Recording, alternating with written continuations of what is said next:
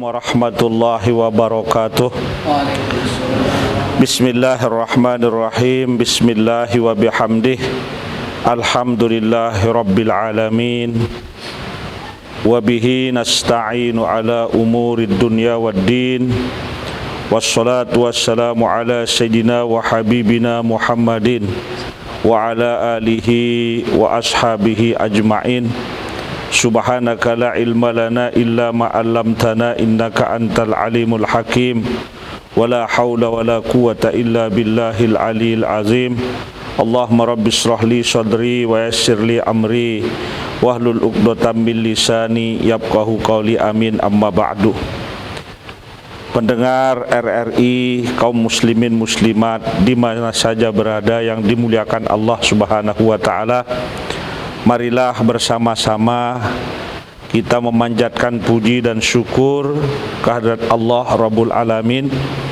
Alhamdulillah, saat ini kita bersama-sama telah kembali bertemu dengan bulan Ramadan untuk tahun 1441 Hijriah. Insya Allah beberapa menit ke depan kita akan melaksanakan sholat tarawih untuk malam yang pertama. Mudah-mudahan Allah Subhanahu wa taala senantiasa memberikan kita umur yang panjang, kesehatan dan keafiatan yang semuanya bisa kita syukuri dengan sesyukur-syukurnya.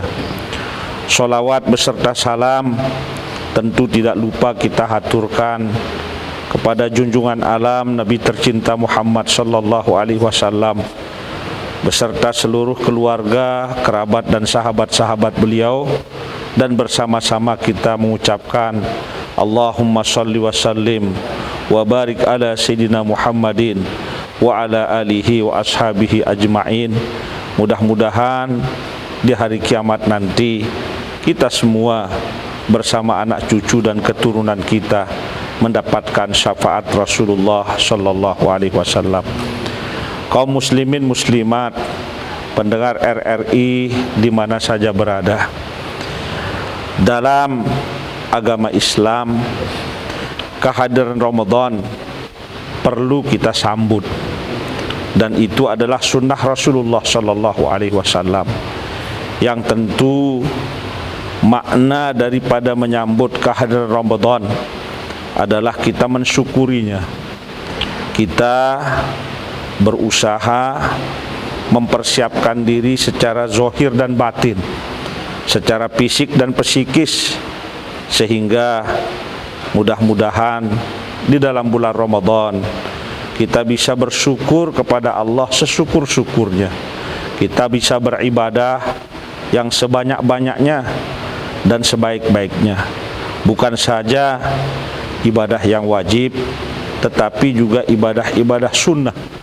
Apakah itu sholat tarawih, tadarus Al-Quran dan lain sebagainya. Memang dalam tradisi kita umat Islam, ketika kondisi kehidupan kita dalam keadaan normal, ada tradisi menyambut kehadiran Ramadan dengan melaksanakan ruah, dengan melaksanakan silaturahim, kumpul doa bersama dan lain sebagainya. Namun sekali lagi, tradisi itu kita lakukan ketika keadaan normal. Saat ini kita bersama memahami, merasakan, melihat dan mengalami bahwa keadaan kita tidak normal, di mana kehidupan manusia di seluruh dunia sedang dilanda oleh pandemi COVID-19, merebaknya dan mewabahnya virus corona yang sangat membahayakan. Maka tentu kalaupun kondisi ini dalam keadaan pandemi virus corona, bukan berarti kita tidak bisa menyambut kehadiran bulan Ramadan. Dalam kondisi pandemi pun kehadiran Ramadan tetap kita sambut, dalam arti kita bersuka cita, kita bersyukur kepada Allah Subhanahu wa taala.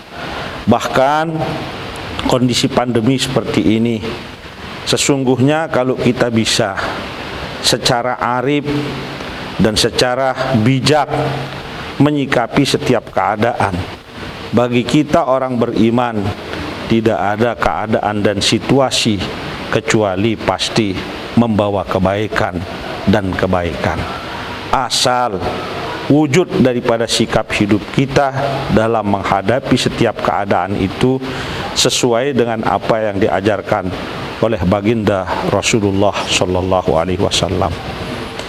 Pendengar RRI di mana saja berada yang dimuliakan Allah Subhanahu Wa Taala, sesungguhnya hakikat menyambut kehadiran bulan Ramadan seperti yang kami sampaikan di awal adalah kita mempersiapkan diri secara lahir dan batin untuk beribadah yang sebanyak-banyaknya dan sebaik-baiknya sepanjang bulan Ramadan.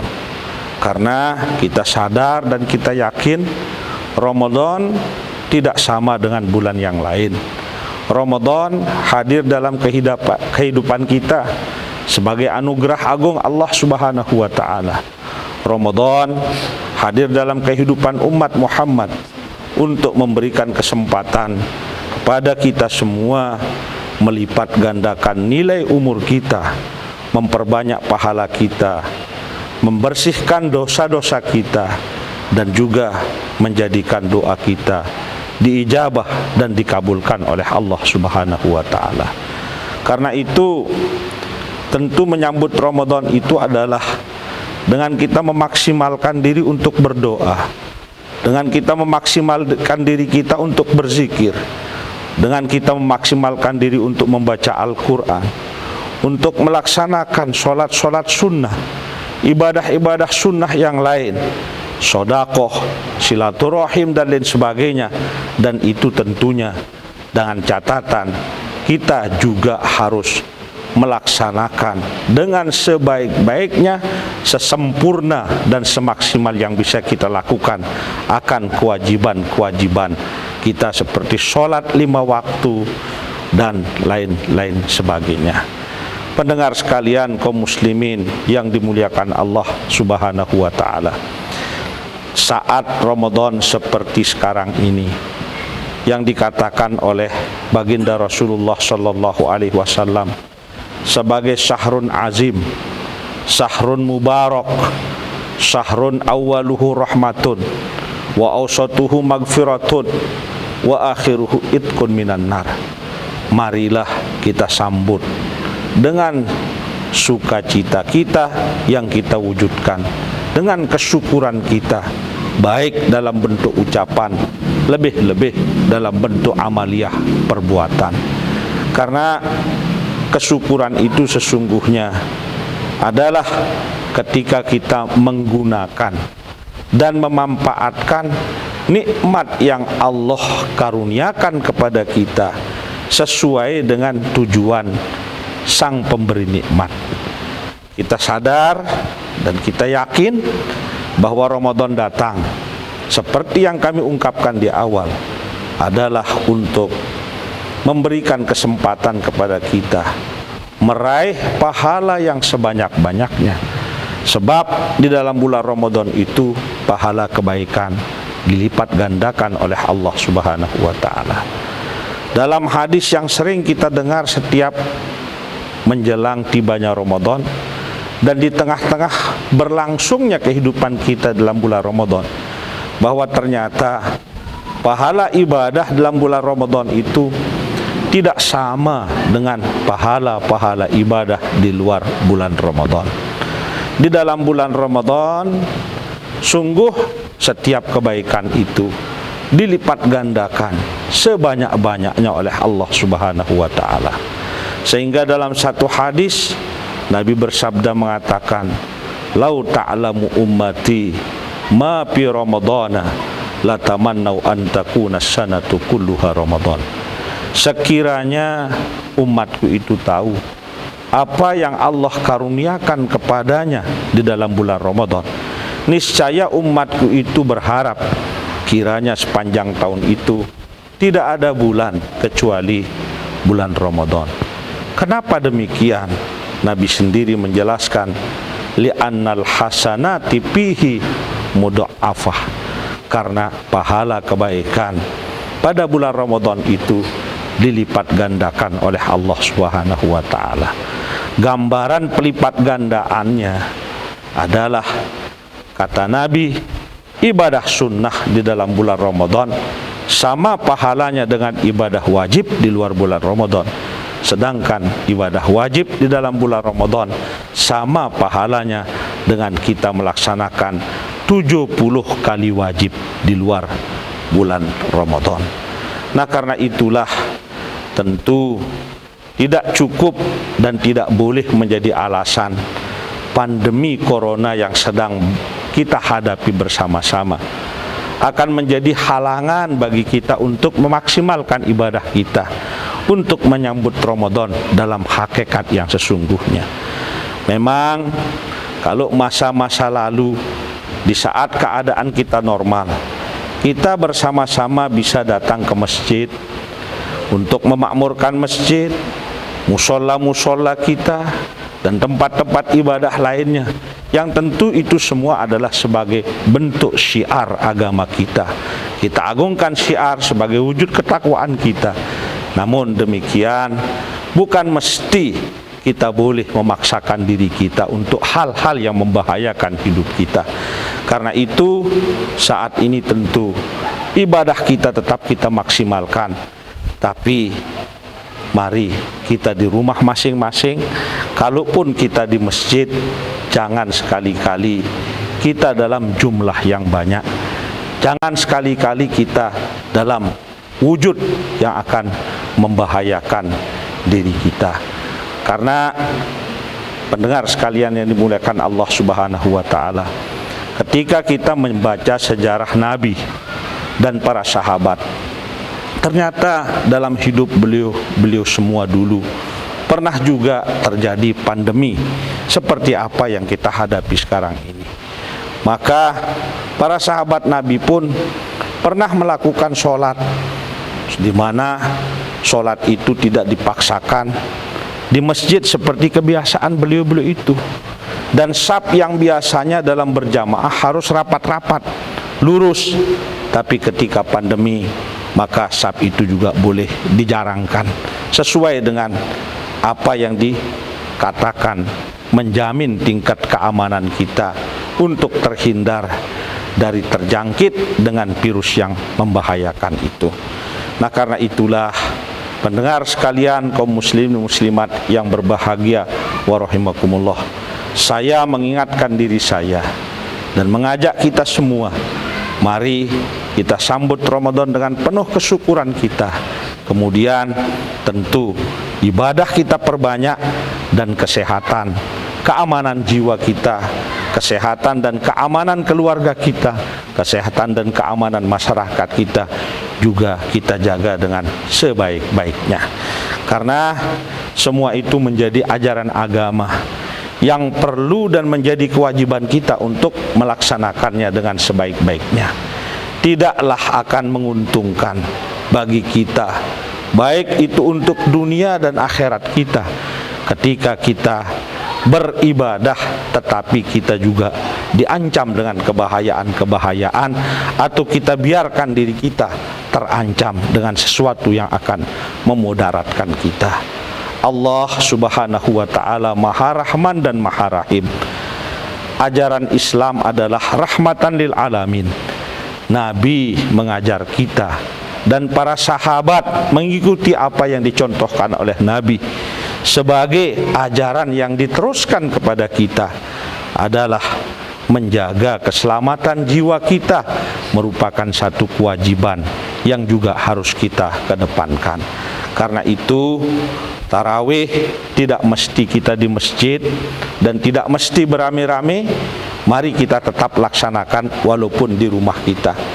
Kali ini pada Ramadan tahun 1441 Hijriah ini, kita bersama-sama kebanyakan akan tarawih di rumah bersama keluarga kita. Tentu ini bukan tidak ada hikmahnya.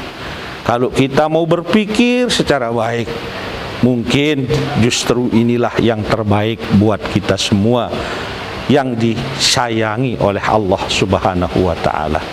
Kita harus bisa mengevaluasi diri bahwa mungkin Ramadan sebelum 1441 Hijriah ini keadaan aman, keadaan normal, kita semua rame-rame datang ke masjid, kita menjadi bapak, kita jadi ibu, datang ke masjid, tapi kadang kita tidak memperhatikan anak-anak kita.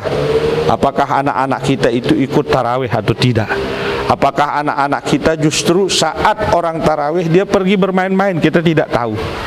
Namun sekarang kesempatan ini ternyata kalau kita bijak bisa menjadi ruang dan kesempatan untuk kita bisa melaksanakan kewajiban kita secara baik sebagai orang tua terhadap anak-anak kita, di mana kita bisa memberikan contoh langsung bagaimana beribadah kepada Allah sekaligus mengontrol keberadaan anak-anak kita, apakah mereka beribadah atau tidak, apakah mereka justru bermain-main dan lain sebagainya.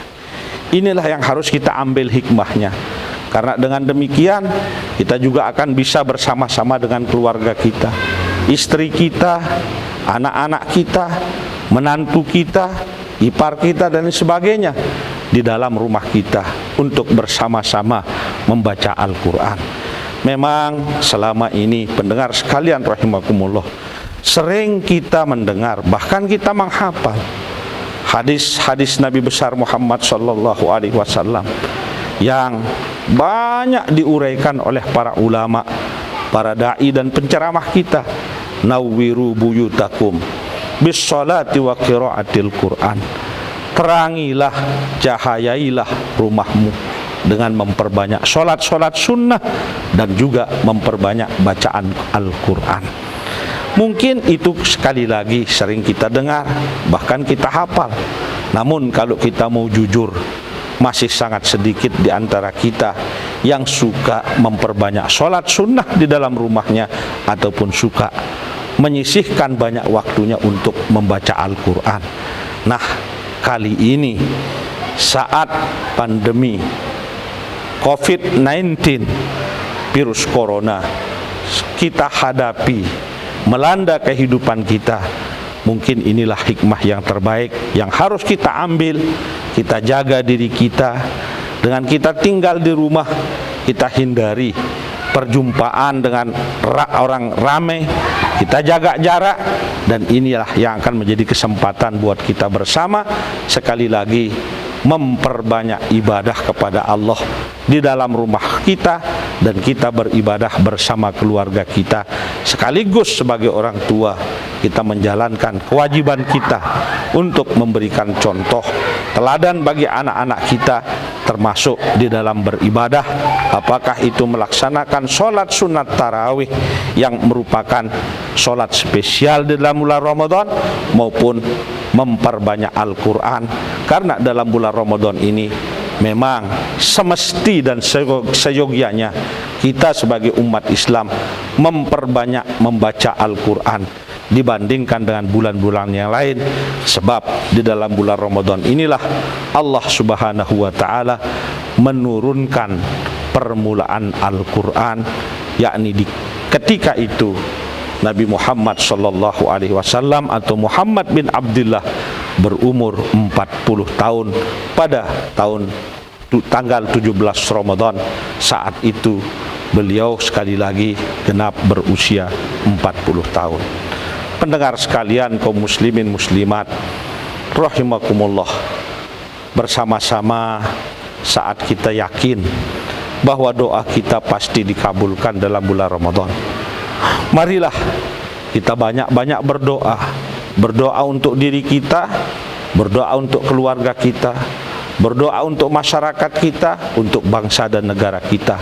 Mudah-mudahan segala apa yang menjadi kesulitan kita bersama segera dihilangkan oleh Allah Subhanahu wa ta'ala dan diganti dengan kebaikan yang akan membawa keberuntungan bagi kita untuk meraih apa yang kita harapkan dari kebaikan dunia dan akhirat kita.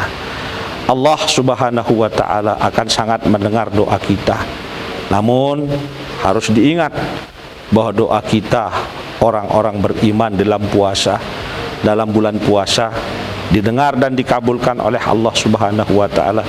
Bukan hanya cukup karena kita berdoa di dalam bulan Ramadan, tapi seharusnya juga kita perhatikan bahwa selain kita berdoa saat di dalam bulan Ramadan yang merupakan saatul ijabah, kita pun juga harus menjaga diri, yakni memastikan kita menjalankan ibadah Ramadan kita dengan sebaik-baiknya. Kita bersama sadar bahwa ternyata Nabi mengingatkan kita bahwa tidak semua orang yang berpuasa itu beruntung. Tidak semua orang yang berpuasa itu mendapatkan apa-apa yang merupakan keistimewaan yang ada pada bulan Ramadan. Sehingga Nabi mengatakan bahwa rubba shaimin laisa lahu min syiyamihi illal ju' wal atas. Tidak sedikit orang-orang yang berpuasa itu tidak mendapatkan apa-apa dari ibadah puasanya, kecuali hanya lapar karena tidak makan, dahaga karena tidak minum. Ini maknanya apa? Di mana orang yang berpuasa itu sekedar menahan dirinya dari makan dan minum, dari hal-hal yang membatalkan ibadah puasa secara hukum fikih, namun dia tidak mampu menjaga dirinya dari hal-hal yang membatalkan pahala ibadah puasa, yakni dari larangan-larangan dalam agama kita, dari hal-hal yang diharamkan menurut ajaran agama kita.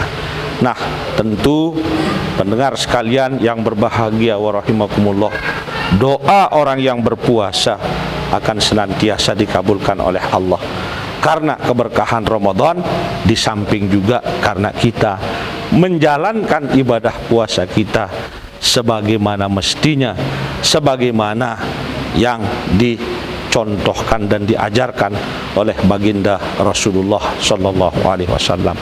Bahkan saat ibadah puasa kita laksanakan sebagaimana mestinya, yang dalam hadis Nabi dikatakan imanan wahtisaban, jaminannya ghufira lahu ma taqaddama min zambi, akan diampuni semua dosa-dosa yang mungkin kita laksanakan sebelum kita memasuki bulan puasa.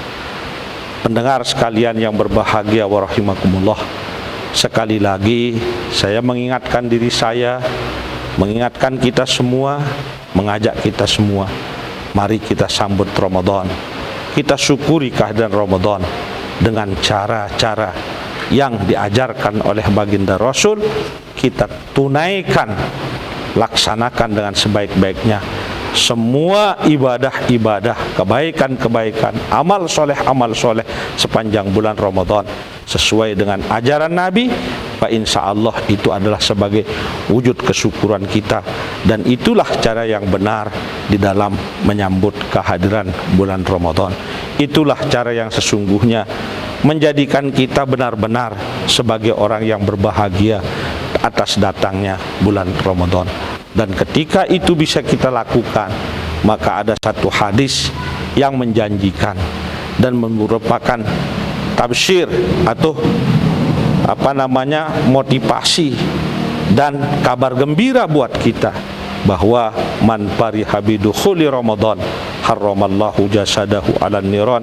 Siapa-siapa yang berbahagia atas datangnya bulan Ramadan, Allah haramkan jasadnya disentuh api neraka.